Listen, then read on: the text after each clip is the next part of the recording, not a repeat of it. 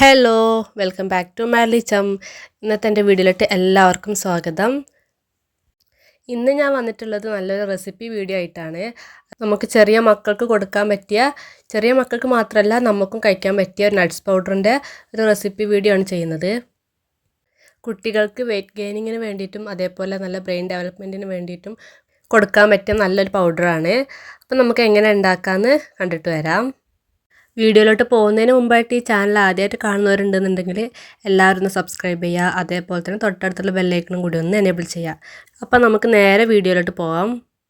അപ്പോൾ അതാ nuts powder ഉണ്ടാക്കാൻ വേണ്ടിയിട്ട് ഞാൻ എടുക്കുന്നത് ഇതാ പിസ്ത എടുത്തിട്ടുണ്ട്, അതേപോലെ വാൾനട്ട് എടുത്തിട്ടുണ്ട്, പിന്നെ അതാ ധാന്യങ്ങളില്ലേ, കടല, വെള്ളക്കടല, കറിക്കടല, പിന്നെ ഉഴുന്ന്, പരിപ്പ്, പൊട്ടുകടല, പിന്നെ ചെറുപയർ, വൻപയർ, നമ്മുടെ കയ്യിൽ എന്തൊക്കെയാണുള്ളത് അതൊക്കെ എടുക്കാം കേട്ടോ.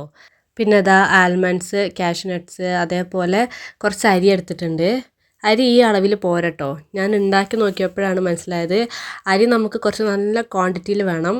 പിന്നെ അതേപോലെ കുറച്ച് ഗോതമ്പ് എടുത്തിട്ടുണ്ട്. ഇത്രയും സാധനങ്ങളാണ് ഞാൻ ഉണ്ടാക്കാൻ വേണ്ടിയിട്ട് എടുത്തിട്ടുള്ളത്. അപ്പോൾ ഇനി നമുക്ക് ഉണ്ടാക്കുന്നത് എങ്ങനെയെന്ന് കണ്ടിട്ട് വരാം. ആദ്യം തന്നെ ഞാനിതാ പിസ്തൻ്റെ തോടൊക്കെ ഒന്ന് ഇളക്കിയിട്ട് പിസ്ത വേറാക്കി എടുക്കാമെന്ന് വിചാരിച്ച്. പിന്നെ ഈ ഒരു നട്ട്സ് പൗഡർ മക്കൾക്ക് മാത്രമല്ല കേട്ടോ യൂസ് ചെയ്യാൻ പറ്റിയത്, നമുക്ക് എല്ലാവർക്കും യൂസ് ചെയ്യാൻ പറ്റിയതാണ്.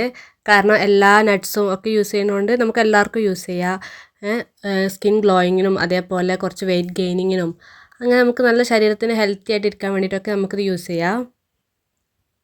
ഞാനിപ്പോൾ ഇത് ഉണ്ടാക്കുന്നത് എനിക്കും മോനക്കും കൂടി വേണ്ടിയിട്ടാണ്. ഞാനിപ്പോൾ ഇതാ പിസ്തേൻ്റെ തോടൊക്കെ ഇളക്കി കഴിഞ്ഞതിന് ശേഷം ഒരു പാന് ചൂടാക്കാൻ വെച്ചിട്ടുണ്ട്. ഇനി അതിലേക്ക് കുറച്ച് ആൽമണ്ട്സ് ഇട്ട് കൊടുക്കുകയാണ്. ആദ്യം അത് തന്നെ ഒന്ന് വറുത്തെടുക്കാമെന്ന് വിചാരിച്ച്, അപ്പോൾ അത് വറുത്തുകൊണ്ടിരിക്കുകയാണ്. അതിന് ശേഷം ഇതാ ഞാൻ പിസ്തയാണ് വറുത്തെടുത്തത്. പിസ്ത തോടൊക്കെ ഇളക്കി കഴിഞ്ഞപ്പോഴത്തേക്കും പിസ്തൻ്റെ അളവ് കുറഞ്ഞിട്ടുണ്ട്, കുഴപ്പമൊന്നുമില്ല.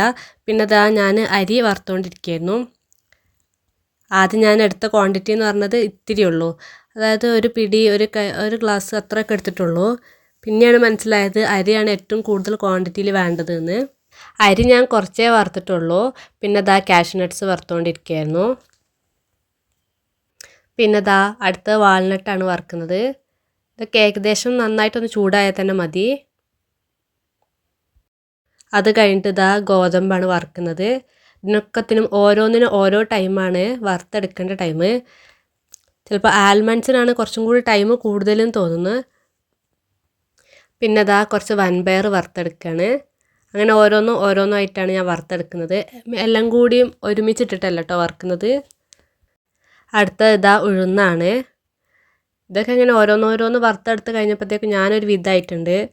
കുറേ ചൂട് തട്ടിയിട്ട് ആകെ ഫുള്ള് ടയേർഡായിട്ടുണ്ട്. ഉഴുന്നാണ് കുറച്ചും കൂടി വേഗം ആയത്, ഉഴുന്നാണ് തോന്നുന്നത്. അതേപോലെ അരി, അതൊക്കെയാണ് കുറച്ചും കൂടി വേഗം വറുത്തെടുത്തത് കേട്ടോ. പിന്നെ ഇതാ അടുത്ത് പരിപ്പ്, അതേപോലെ കടലയും കറിക്കടലയും അതേപോലെ വെള്ളക്കടലയൊക്കെ ഞാൻ ഒരുമിച്ചിട്ടാണ് ഇട്ടത്. ഇതിൻ്റെ കൂടെ തന്നെ ഞാൻ പൊട്ടുകടലയും കൂടി ഇട്ടിട്ടുണ്ട്. ഇതിന് മൂന്നിനും ഏകദേശം ഒരേ ടൈമായിരിക്കും എന്ന് വിചാരിച്ചിട്ടാണ് മൂന്നും ഒരുമിച്ചിട്ടത്. പിന്നെ അതാ നിങ്ങളുടെ കയ്യിൽ ചെറുപയറും അതേപോലെ നിലക്കടലയൊക്കെ ഉണ്ടെന്നുണ്ടെങ്കിൽ അതും കൂടി ഇട്ടാൽ നന്നായിരിക്കും കേട്ടോ.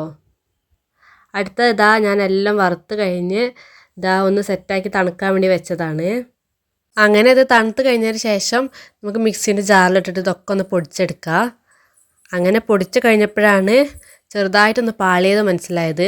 കാരണം ഞാൻ വാൾനട്ടും അതേപോലെ ആൽമണ്ട്സും ഒക്കെ കുറേ എടുത്തിട്ടുണ്ട്. അപ്പോൾ അത് അരച്ചപ്പോൾ നന്നായിട്ട് എന്താ പറയുക ഒട്ടിപ്പിടിച്ചെങ്ങാണ്ടുണ്ട്, എണ്ണ കൂടിയിട്ട് അങ്ങനെയാണ് ഉണ്ടായത്.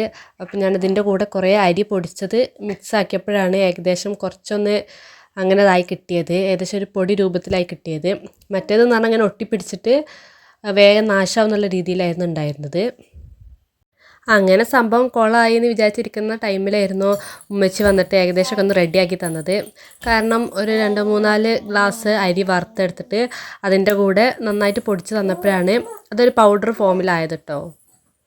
അങ്ങനെ അതാ അരി നന്നായിട്ട് വറുത്ത് കഴിഞ്ഞതിന് ശേഷം അതിൻ്റെ കൂടെ ഒരു 4-5 അച്ച് ബെല്ലം ചേർത്തിട്ടാണ് പൊടിച്ചെടുത്തത്. കാരണം കുറച്ച് പൗഡറിന് കുറച്ച് മധുരം ഉണ്ടായിക്കോട്ടെ എന്ന് വിചാരിച്ചിട്ട് കുറച്ച് ബെല്ലം ചേർത്തിട്ടാണ് പൊടിച്ചെടുത്തത്. അങ്ങനെ ദാ നമ്മുടെ നട്ട്സ് പൗഡർ റെഡി ആയിട്ടുണ്ട്. ഇത് ഏകദേശം ഒരു 2 കിലോൻ്റെ അടുത്തുണ്ട്.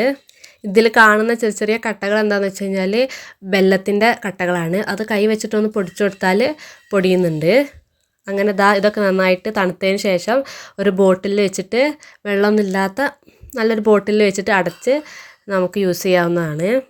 അങ്ങനെ ഞാനിത് ഒരു 2 കിലോൻ്റെ ബോട്ടിലാണ് ഇട്ട് വെക്കുന്നത്. അപ്പോൾ അതിൽ ഫുള്ളായിട്ടുണ്ട്. അപ്പോൾ ഏകദേശം നമുക്ക് ഇത്രത്തോളം കിട്ടിയിട്ടുണ്ട്. ഇത് മോൻക്ക് എങ്ങനെ യൂസ് ചെയ്യാമെന്ന് വെച്ച് കഴിഞ്ഞാൽ നമ്മൾ ഏത് ഫുഡാണ് കൊടുക്കുന്നത് ആ ഫുഡ് ഉണ്ടാക്കി കഴിഞ്ഞിട്ട് കൊടുക്കാൻ നേരത്ത് ഒരു സ്പൂൺ വെച്ചിട്ട് അതിൽ ആഡ് ചെയ്ത് മിക്സ് ചെയ്തിട്ട് കൊടുത്താൽ മതി. അല്ലാന്നുണ്ടെങ്കിൽ നമ്മൾ കുറുക്കൊക്കെ ഉണ്ടാക്കുമ്പോൾ അതിന് മുമ്പ് തന്നെ ഒരു ടീസ്പൂൺ ആഡ് ചെയ്തിട്ട് അതിൻ്റെ ഒപ്പം തന്നെ വേവിച്ചെടുത്താൽ മതി. ഇങ്ങനെയാണ് ഞാൻ കൊടുക്കുന്നത്. അതേപോലെ നമുക്ക് രാവിലെ നൈറ്റും ഓരോ സ്പൂൺ വെച്ചിട്ട് നമുക്കും കഴിക്കാം. അപ്പോൾ ഇത്രയൊക്കെ ഉള്ളൂ ഇന്നത്തെ എൻ്റെ ഒരു വീഡിയോ. നിങ്ങൾക്ക് എല്ലാവർക്കും ഈ വീഡിയോ ഇഷ്ടപ്പെടുകയാണെന്നുണ്ടെങ്കിൽ എല്ലാവരും ലൈക്ക് ചെയ്യുക, ഷെയർ ചെയ്യുക, അതേപോലെ കമൻറ്റ് ചെയ്യുക. സബ്സ്ക്രൈബ് ചെയ്യാതെ കാണുന്നവരുണ്ടെന്നുണ്ടെങ്കിൽ എല്ലാവരും ഒന്ന് സബ്സ്ക്രൈബ് ചെയ്യുക. താങ്ക്